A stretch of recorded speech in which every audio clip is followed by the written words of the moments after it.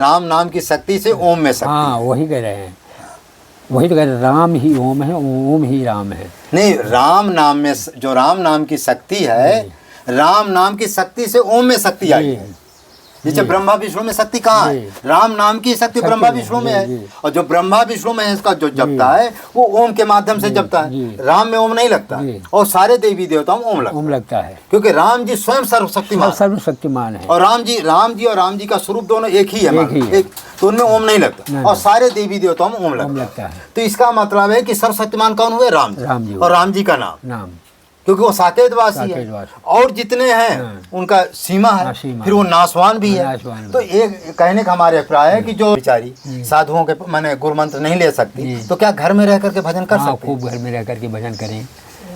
क्या गुरु के बिना भी मंत्र जप किया जा सकता है? नहीं, तो उसके लिए तो ऐसा है कि जय जय जय हनुमान गोसाई, कोई भी व्यक्ति जो है महिला है, जैसे तो शंकर जी को अपना इष्ट मान ले, अच्छा, राम जी को अपना इष्ट मान ले, उन्हीं को गुरु मान ले। तुम ही हो माता पिता, तुम ही हो बंधु सखा, तुम ही हो, सब कुछ उन पर जो है निशावर कर दे। मीराबाई ने कौन सा गुरु किया था पहले बताइए? हाँ, शुरू में तो कोई गुरु नहीं था, बाद में जो है वो बाद में हुए रविदास जी हुए। लेकिन पहला गुरु कौन था? उनके सिर्फ उनके इष्ट जो है गिरधर, मेरे तो गिरधर गोपाल, दूसरा ना कोई रहे।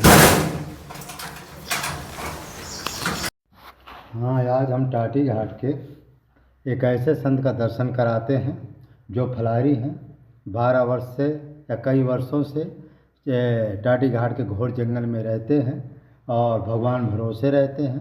और हमको फ़ोन से पता चला, या फ़ोन उन्होंने किया है, किसी के माध्यम से जानकारी हुई कि महाराज जी फलार एकदम चुक गया है, लेकिन कोई उपाय नहीं है। तो हमने कहा कोई बात नहीं, हम समय निकाल कर आते हैं।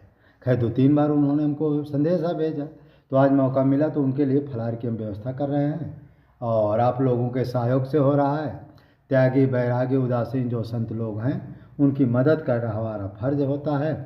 और फिर नवरात्र का समय है, नवरात्र में वैसे भी संतों की सेवा करने पर अमित फल होता है, कन्याओं को खिलाने से या संतों की सेवा करने पर, क्योंकि नवरात्र जो है देवी नौ दुर्गा देवी का जो है पर्व होता है। इसमें देवी जी का, दुर्गा सप्तशती का पाठ करने का बहुत बड़ा महात्म होता है, और उसके साथ संत सेवा का भी महात्म होता है, और कन्या भोज का भी महात्म होता है। इसलिए आप लोग अपने, यदि ठीक है संत सेवा करें तो संत सेवा से बढ़कर तो तीनों लोग में कुछ नहीं है, लेकिन यदि आसपास कन्याएं मिले तो कम से कम 11 कन्याएं, 9 कन्याएं जो है इस पर्व में ज़रूर खिलाना पिलाना चाहिए।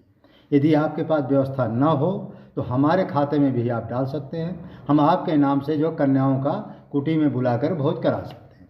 लेकिन विशेषकर यदि आप लोग करेंगे तो ज़्यादा अच्छा रहेगा, क्योंकि कारण क्या होता है, जो कन्याएं आएंगी तो जो देवियां होती है, जो माताएं होती है, उनका बाकायदे श्रृंगार करेंगी, उनका चढ़ोदक लेंगी, चढ़ोदक ना भी लेंगी तो बढ़िया अपने हाथों से खिलाएंगी, अपने हाथों से दक्षिणा देंगी, तो वो विशेष पुण्य होता है, क्योंकि उनके पैर छूने का भी महत्व होता है। इसलिए अपने आसपास जो कन्याएं हैं 11 या 21 जो यथाशक्ति तुम्हारे पास मदद हो, तो नवरात्रि में, नौ दुर्गा में मैंने हर कन्या 9 वर्ष तक की बालिका या 7 वर्ष तक की बालिका, 9 वर्ष तक की बालिका दुर्गा जी का स्वरूप होती है, ऐसा मानकर उनको खिलाने पिलाने को बड़ा महत्व होता है। और हम तो देखिए महात्मा हैं, जंगल में थोड़ा कन्याएं नहीं मिलती हैं, इसलिए हम संतों की ही सेवा करते हैं, क्योंकि संत सेवा से क्या होता है, तुरंत फल मिलता है। क्योंकि संत भजन करते हैं, उनके भजन के तपोबल होता है, तो वो तुरंत आशीर्वाद से कामनाएं पूरी कर देते हैं। और जो देवियों को खिलाया जाता है, दुर्गा देवी, तो वो क्या है कि दुर्गा जी ही उसकी अधिष्ठात्री। जब कन्याओं को खिलाओगे तो दुर्गा जी प्रसन्न होकर के आशीर्वाद देंगे। कुल मिलाकर के सत किया हुआ सत्कर्म हमेशा पुण्यदायक होता है। तो आप लोग इस वीडियो को लाइक करें, शेयर करें, सब्सक्राइब करें इस वीडियो को। और हमारे जीवन में बस ये 2 ही लक्ष्य है, राम नाम का भजन करना और संत सेवा करना। जय श्री राम जी की सेवा के लिए हम आए हैं। तो महाराज ये छोटी सी वो है, ये थोड़ा मूंगफली है, और ये शक्कर है आपका, और इसमें महाराज जी का साग सब्जी है, लौकी है, आलू है, मिर्चा है। अब इसको ज़्यादा दिखाने की जरूरत नहीं, इसको कहाँ रखिए, यहाँ रखिए। और थोड़ी सी कुछ महाराज जी का, हाँ महाराज जी ये आपका ये मूंगफली का ये तेल है फलारी के लिए, इसको आप, और ये घी है महाराज जी, ये शुद्ध मैं अपने घर से शुद्ध बना करके घी लाया हूँ। ये आप जो है किसी में उपयोग कर सकते हैं, तो इस तरह काम करेंगे। और महाराज जी की थोड़ी विदाई है, क्योंकि किसी को कुछ जो है ये महाराज जी ज़्यादा नहीं है, 100 रुपये दक्षिणा है। यही चाहते हैं किसी भी जब कोई भी जन्म हो, लेकिन हम आपका अनुग्रह चाहते हैं। सही। और ये मैं प्रतिदिन कहता हूँ अच्छा। कि मैं कौन सा ऐसा मैंने पूर्व जन्म में पाप कर्म किया जो आज सुनिए तो धाम में आपका नहीं, तो तब जो है आपके चरणों का अनुराग क्यों नहीं मुझे उतना मिल रहा है जो मुझको मिलना चाहिए। ये कहना चाहिए भक्त को, सत्य बात है कि अपने को जितना दीन, देखो भारत जी कितना अपने को दीन, मोह समान को पात की बाद ही कहो सतरो। भारत जी कह रहे हैं मेरे समान कोई दुनिया में पापी है ही नहीं। तो हर वक्त को यही कहना चाहिए, हे प्रभु मैं पापी हूँ लेकिन फिर भी आपका दास हूँ, आपका दास हूँ, आपका हूँ, आपका हो। अब हमारे ऊपर आप कृपा करिए। और मैं अर्थ धर्म काम भी नहीं चाहता, मोक्ष भी नहीं चाहता, और क्या चाहता हूँ प्रभु आपका दर्शन, आपके चरणों में प्रेम, इसके सिवा क्या चाहिए? कुछ नहीं, इससे ज़्यादा कुछ किसी को मांगना भी नहीं चाहिए। लेकिन जो सबसे पहले लोग व्यक्ति मांगते हैं कि पहले धन मिले, संतान मिले, बंगला मिले, गाड़ी मिले, यही सब दुनिया के सपने देखते हैं। वो जो जैसा मांगता है वैसा रघुनाथ जी उनको देते भी हैं। तो महाराज जी ने सत्य कहा कि आपको यदि राम जी से, ठाकुर जी से मांग, देखो और जो देवी देवता हमारा संसारिक चीज़ें खूब प्रेम से देते हैं, लेकिन ठाकुर जी से यदि मांगना है तो उनसे सीधा उनके चरणों में प्रेम मांगो, उनका माने उनकी कृपा मांगो, और अपना जो है अपनी दीनता उनको सुनाओ रोज। जी नहीं भरत जी सुनाए, सुनाया तो कि प्रभु मैं आपका दास हूँ, मैं अच्छा बुरा कैसा भी हूँ लेकिन हूँ तो आपका दास, आपका हूँ। मान लो मुझसे कुछ गलतियां भी हो जाती हैं कि जीव है, कुछ ना कुछ गलतियां तो होती हैं। प्रतिदिन गलती तो प्रतिदिन होती है, पाप प्रतिदिन होता है। ऐसा कौन सा जैसे शरीर चल रहा है, पैर चल रहे हैं, तो कितनी जीव यहाँ से वहाँ तक जाने में कितनी जीव मरेगी। पाप तो हम कर रहे हैं, लेकिन अनजाने के हो, अनजाने का, क्योंकि दिख नहीं रहा हमको, मिट्टी के अंदर नहीं हम देख सकते हैं, और उनको आप ही देख सकते हैं। आप ही देख सकते हैं, और इसके लिए आप क्षमा भी करिए, क्षमा करिए, और मैं आपकी शरण में हूँ और मेरा बेड़ा पार करिए। और पार करने के मतलब मुझे अपनी शरण में ले, बस अपने शरण में रखिए बस हमेशा। और हम देखो हमको मुक्ति भी नहीं चाहिए भाई, हम आपसे मुक्ति भी नहीं चाहते। कहते हैं मुक्ति निरादर भगत लुभाने और राम भक्त जे परम से। जो सच्चा भक्त होता है वो मुक्ति भी नहीं, क्योंकि मुक्ति की भी कामना करना अच्छी बात नहीं। सच्चा भक्त मुक्ति की भी कामना नहीं करता। तो महाराज जब जीवात्मा यहाँ से जाता है, माने अच्छे बुरे कर्म, वो कौन से लोग में जाता है, या नरक जाता है, स्वर्ग जाता है, किस पाप के कारण नरक जाता है, किस पाप के कारण नरक जाता है, और किस पुण्य के कारण स्वर्ग वैकुंठ जाता है। देखिए ऐसा है कि और किस पुण्य के कारण मनुष्य बनता है। अरे ये तो सब जो बहुत बड़ा इतिहास है। हाँ, इसको सुनाइए तभी तो जनता समझेगी। ये देखिए पाप कर्मों का फल जो है व्यक्ति को नरक ले जाता है, और वो पाप कर्म हम आप स्वयं जानते हैं कि हमने आज कौन सा पाप किया। हाँ, जानता है। और जब अंतिम समय आ जाता है जीव का, जब अंतिम समय आ जाता है, मरणासन अवस्था में हो जाता, उस समय पर उसको अपने जीवन भर के किए हुए पाप कर्म पुण्य कर्म उस समय पर उसको याद आ जाती है, और वहीं पर उसको इस चीज़ का ज्ञान हो जाता है कि मुझे अब स्वर्ग मिलेगा, नरक मिलेगा, मोक्ष मिलेगा, गति मिलेगी, सतगति मिलेगी, वैकुंठ मिलेगा। उस समय पर उसको अपने आप अनुभव हो जाएगा। ये बात मैं नहीं, ये वेद शास्त्र की बात है, सत्य बात है। मरते समय उसको आभास होने सब कुछ आभास, क्योंकि जीवन भर उसने क्या किया है, अंतिम समय उसका लेखा उसके सामने आएगा। सही है। बिस्तर पर लेटा है, लेटे लेटे ही उसको पूरी रील उसके सामने आ जाएगी कि मैंने ये पाप किया, ये पुण्य किया, इस साधु की सेवा की, इस ब्राह्मण के साथ मैंने ये निरादर किया, मतलब जो कुछ भी है वो सब उसके सामने है। इतनी मैंने गौ हत्याएँ की, इतना मैंने जो है ये सब का कर्म किए, कर्म और सत्कर्म दोनों का अंतिम समय पर ही उसको स्वयं अनुभव हो जाता है। अच्छा, जो अंतिम समय उसके पास पुण्य पाप होगा उसी के अनुसार उसकी सदगति होगी, बस उसी के अनुसार उसको जो है। अच्छा, जब ये संसार में आता है, कोई बड़े घर में जन्म ले लेता है, कोई साधु बन जाता है, कोई गरीब, ये कौन से पुण्य पाप की वजह से? ऐसा है कि जैसे हम जो इस जन्म में जो हम वर्तमान हम अपनी ऊपर ही बात बता रहे हैं, जैसे हम इस जन्म में जो प्रभु से जो है धन क्या मांग रहे हैं, धन की कामना कर रहे हैं, तो इस जन्म में तो हमको नहीं देंगे, क्योंकि अवस्था हमारी जो 65 साल की हो रही है, अब क्या हमको धन मिलेगा। लेकिन भगवान ये कहेंगे चलो अगले जन्म में हम तुमको किसी धनवान घर में भेजेंगे। हाँ, सत्य बात है। अगले जन्म में हम तुमको धनवान घर में भेजेंगे, धन का उपयोग कर लेना, उपभोग कर लेना, कितना करोगे। लेकिन इस जन्म में जो तुम जो हो उस पर जो है रहो। हाँ, सही। अगर हम बुरे कर्म के के कर्म करेंगे तो अगले जन्म हमको फिर जो है नरक में गरीब घर में जन्म लेना पड़ेगा।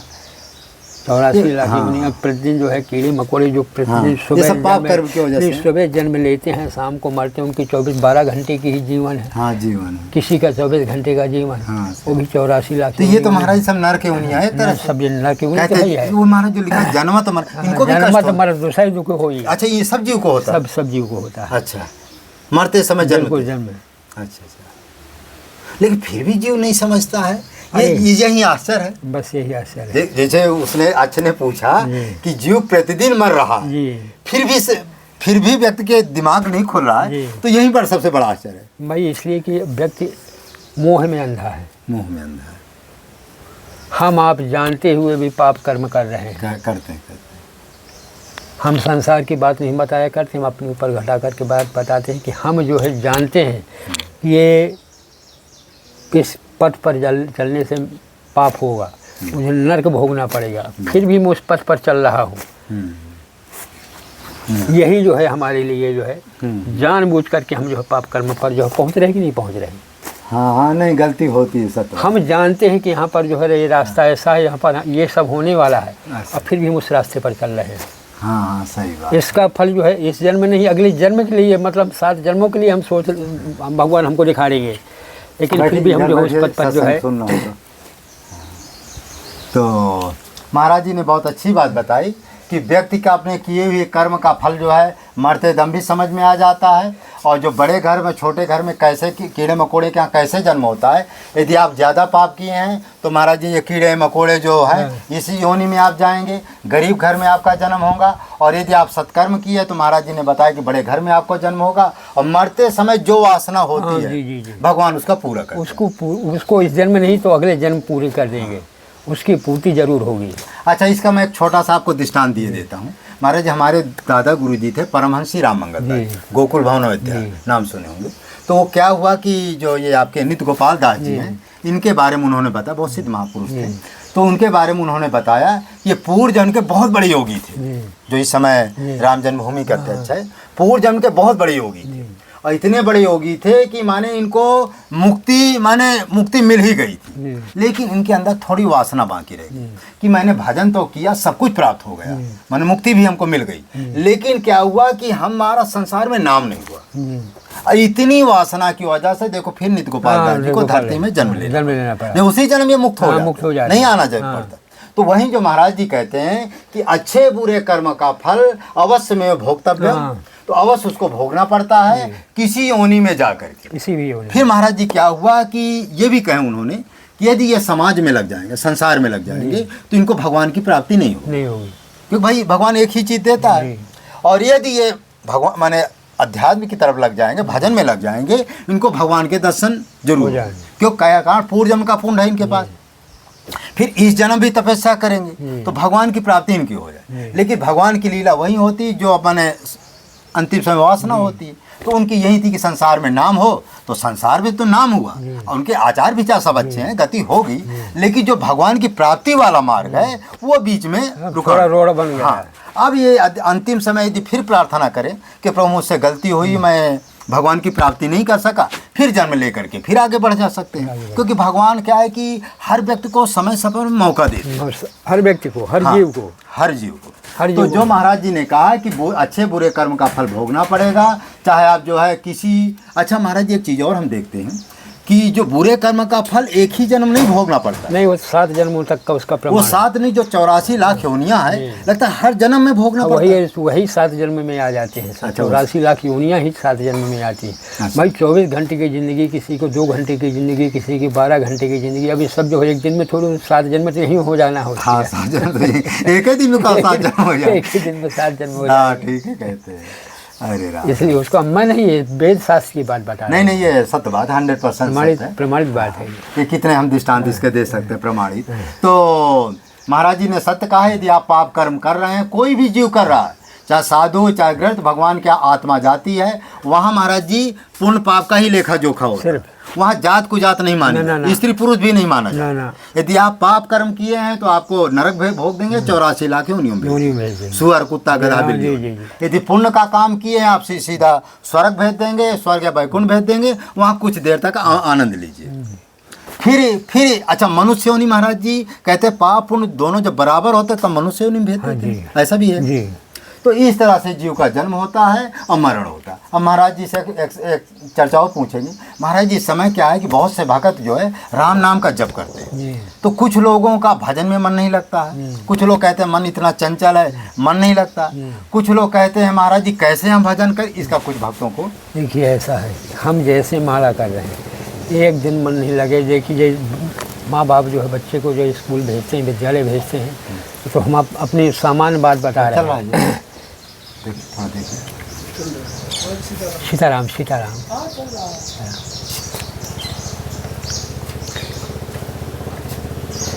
सामान्य बात बता रहे हैं, जैसे बच्चा जो है बच्चे छोटा होता है उसको माँ बाप जो है विद्यालय भेजते हैं, बच्चा जो है एक दिन में 2 दिन में नहीं, धीरे धीरे करके 2 दिन 4 दिन 10 दिन में जो है अभ्यास डालेगा वो जो है विद्यालय जाने की। फिर इसके बाद का खा गा घा ये सब लिखने की जो है उसको अभ्यास होगा। अब एक दिन में तो नहीं लिखा जा सकता, लेकिन अगर हम प्रतिदिन अगर धीरे धीरे माला करें तो उंगलियां दर्द करने लगती हैं, बंद कर दें, एक माला करें फिर बंद कर दें, फिर जो फिर शुरू कर दें, मतलब उसको जो है जारी ही रखें। और एक दिन ऐसा आ जाएगा कि अपने आप जो है मतलब संसार के उससे जो है मन हट करके अपने आप माला पर आ जाएगी। माने अभ्यास कभी ना अभ्यास नहीं छोड़ना चाहिए। अच्छा, मन लगे चाहे ना लगे। अच्छा अच्छा भाई हम दिन भर माला करेंगे तो ये ईश्वर तो जान रहा है कि ये माला चल रहा है मेरे नाम का, लेकिन मन इसका उधर भग रहा है, तो कुछ ना कुछ तो आपको उसका जो है फल देंगे ही। वो तो फल मिलेगा है। भाई को भाई अलग खाना सो, मैंने कैसे भी राम नाम का जप करो। जी महाराज, कुछ लोग हमको कमेंट करते हैं कि जैसे कुछ महिलाएं हैं बेचारी साधुओं के माने गुरु मंत्र नहीं ले सकती, तो क्या घर में रह करके भजन कर सकते? खूब घर में रह करके भजन करें। क्या गुरु के बिना भी मंत्र का जप किया जा सकता है? नहीं, तो उसके लिए तो ऐसा है कि जय जय जय हनुमान गोसाई, कोई भी व्यक्ति जो है महिला है जैसे तो शंकर जी को अपना इष्ट मान ले, अच्छा अच्छा, राम जी को अपना इष्ट मान ले, उन्हीं को गुरु मान ले। तुम ही हो माता पिता, तुम ही हो बंधु सखा, तुम ही हो, सब कुछ उन पर जो है निशावर कर दे। मीराबाई ने कौन सा गुरु किया था पहले बताइए? हाँ, शुरू में तो कोई गुरु नहीं था, बाद में जो है वो बाद में हुए रविदास जी हुए। लेकिन पहला गुरु कौन था? उनके सिर्फ उनके इष्ट जो है गिरधर, मेरे तो गिरधर गोपाल, दूसरा ना कोई रहे।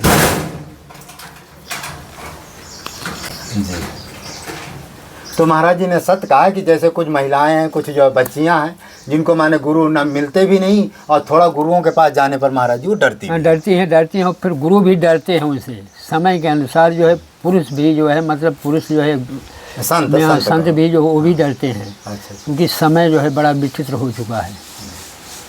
नहीं, इस महात्माओं तो मान लो वो 1 घंटा के लिए आए, गुरु मंत्र लेकर के चली गई, लेकिन पहला प्रश्न ये रहता है किस महात्मा के पास जाएं। जी हाँ, मतलब अपना मन नहीं सही कर पा रहे। और कुछ एक चीज़ और होता है, जो घर के सदस्य हैं वो भी नहीं जाना, क्योंकि जैसे नास्तिक प्रवृत्ति के हैं, वो भक्ति प्रवृत्ति की, उसकी तो इच्छा है किसी अच्छे महात्मा से गुरु मंत्र ले भजन करे, लेकिन घर के सदस्य ही नहीं भेजना चाहते। तो ऐसी कई हमारे पास फोन आते रहते हैं।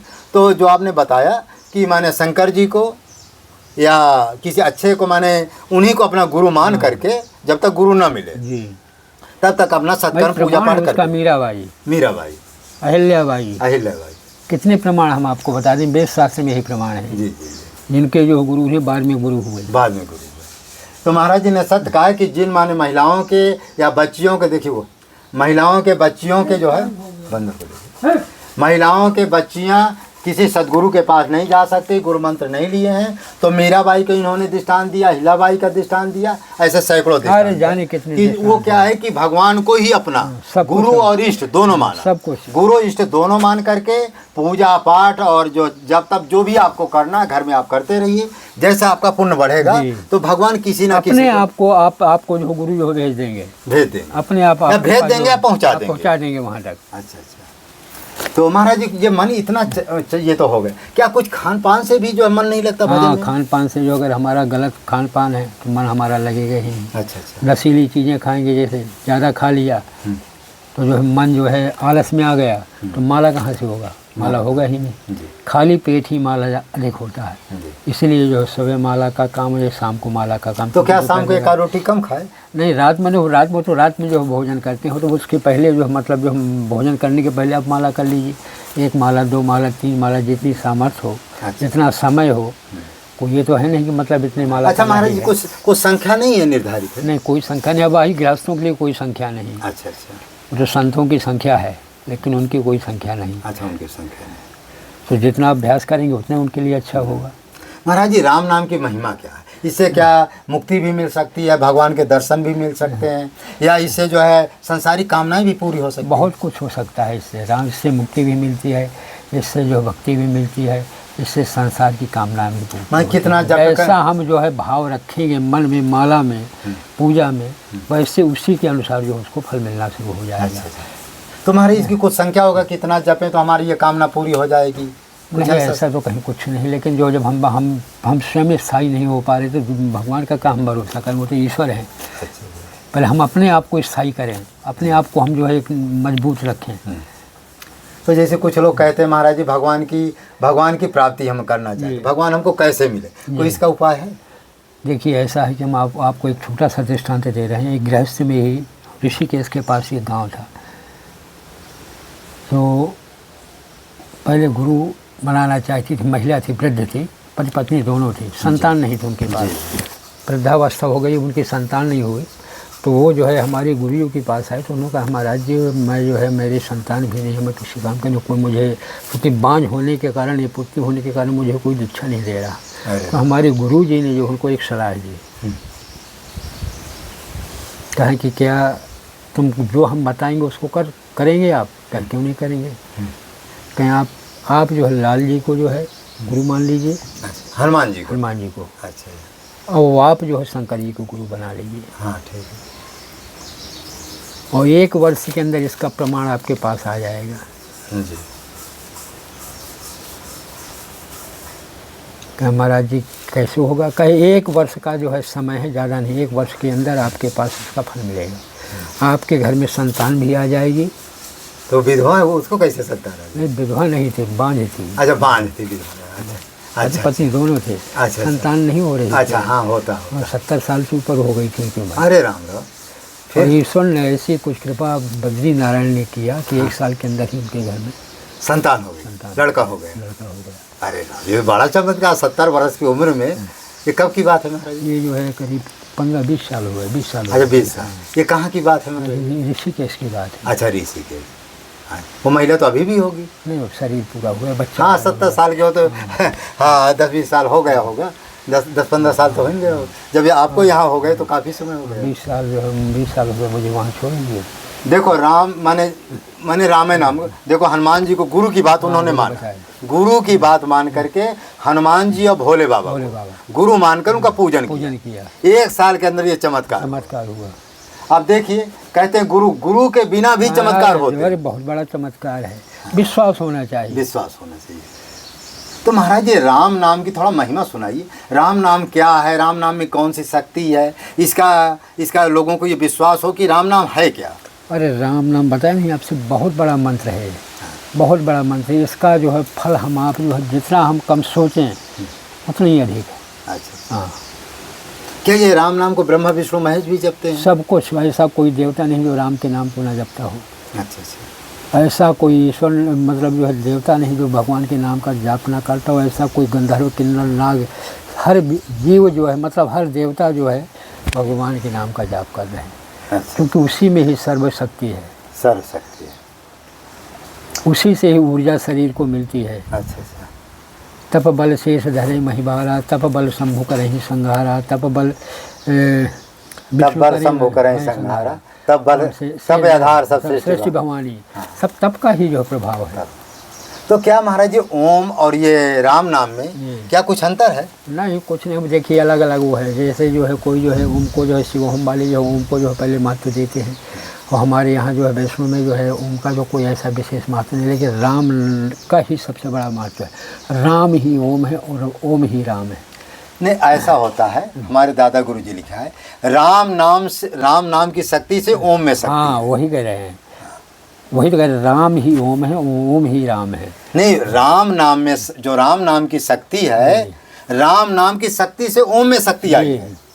जैसे ब्रह्मा विष्णु में शक्ति कहाँ है? राम नाम की शक्ति ब्रह्मा विष्णु में है। और जो ब्रह्मा विष्णु में है इसका जो जपता है वो ओम के माध्यम से जपता है। राम में ओम नहीं लगता और सारे देवी देवताओं में ओम लगता है, क्योंकि राम जी स्वयं सर्वशक्तिमान है। और राम जी का स्वरूप दोनों एक ही है, तो उनमें ओम नहीं लगता। और सारे देवी देवताओं में ओम लगता है। तो इसका मतलब है कि सर्वशक्तिमान कौन हुए? राम जी। और राम जी का नाम, क्योंकि वो साकेतवासी है और जितने हैं उनका सीमा है, फिर वो नाशवान भी है।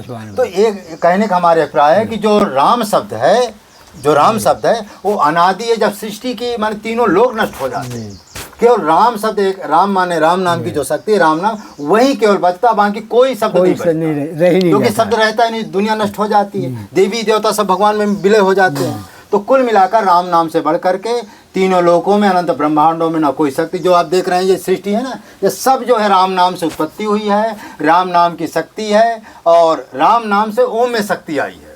ब्रह्मा विष्णु में जो शक्ति आई वो राम नाम की शक्ति है। राम नाम से ही ब्रह्मा विष्णु अमर भी है और राम नाम के बल से ब्रह्मा विष्णु महेश जो है लोगों की कामना भी पूरी करते हैं। माने जो उत्पत्ति करते हैं, प्रलय करते हैं, संहार करते हैं, ये सब राम नाम के बल पर करते हैं। तो इस तरह से अपना है। तो महाराज जी आपका तो कितने वर्ष में ये बैराग हुआ था महाराज? मेरे 24 वर्ष हो गए मुझे। अच्छा। तो इस समय कितनी उम्र बताया? इस समय मेरी 64 साल है, 64 चल रही है। मैंने 40 साल की उम्र में आपको बैराग हुआ था। चित्रकूट से बैराग हुआ। मैं तो वैसे गृहस्थ में था, आज भी गृहस्थ, उस समय संतान की पत्नी है, सब कुछ। कोई बात नहीं, वो तो कहते हैं कि अब जब से जब से भगवान की शरण तभी भगवान कामता नाथ इससे ही मुझे ऋषिकेश के संत आए थे महाशिवरात्रि पर्व पर। रामायण मेला चलता था तो उस पर वो आए थे, तो वहीं से जो परिक्रमा करता था मैं, जो वहाँ किया करता था जो है रामचरितमानस का पाठ जो है जो रघुनाथ बैठका है, गौशाला मंदिर है आपने ऊपर देखा, जहाँ श्री राम जय राम जी पंजाबियों का वो हो रहा, वहाँ पर बैठ कर के मैं रामचरितमानस का पाठ किया करता था। तो महाराज परिक्रमा में भी बहुत कुछ अनुभव होते हैं? अरे बहुत कुछ अनुभव होते हैं। कभी महाराज जी जो यहाँ 3 सिद्ध हैं या परिक्रमा में तमाम जो है सिद्ध जो है परिक्रमा करते, कुछ ऐसा अनुभव आपको हुआ है? नहीं, यहाँ नहीं मुझे ऐसा कुछ हुआ, लेकिन यहाँ की यहाँ परिक्रमा भी मैं कई साल रहा, बचपन से चित्रकूट आता जाता है, परिक्रमा करता है, लेकिन ऐसा अनुभव नहीं। लेकिन वहाँ का अनुभूति जो है मतलब अलग है। वहाँ भक्ति भाव की भाई, जैसे हम भाव रखेंगे उसी भाव से तो हमको जो वो मिलेंगे। हम भगवान के चरणों की भक्ति पर चाहते थे तो हमको जो वही हमको मिला। अंत में जो हमको वहीं से जो है देखिए संत ले गए, संत मिले जब हर की दाया, संत मिले और हमको हरिद्वार ऋषिकेश ले गए। वहाँ जाकर के उन्होंने गुरु ढूंढ दिया। हमारा तो ऐसा कुछ नहीं था कि मैं साधु बनूंगा फिर जो है चित्राठी घाट में आकर के। सब पहले से भगवान सबका विधान बनाए रखते हैं, कहाँ क्या करना क्या करना। हाँ, अब ज़्यादा बड़ा विस्तार से नहीं करते हैं। अब इस वीडियो को आप लोग लाइक करें, शेयर करें, सब्सक्राइब करें।